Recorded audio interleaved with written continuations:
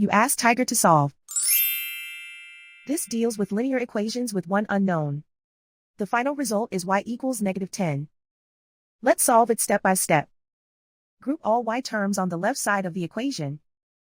Subtract 14y from both sides.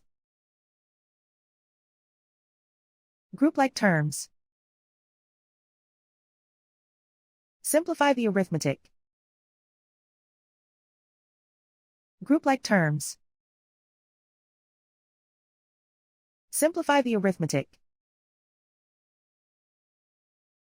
Group all constants on the right side of the equation. Add 5 to both sides. Simplify the arithmetic.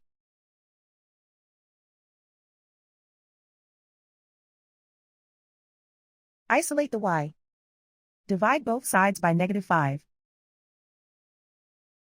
Cancel out the negatives. Simplify the fraction. Move the negative sign from the denominator to the numerator.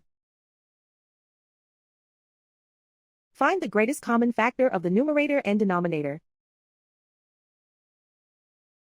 Factor out and cancel the greatest common factor. And so the final result is y equals -10.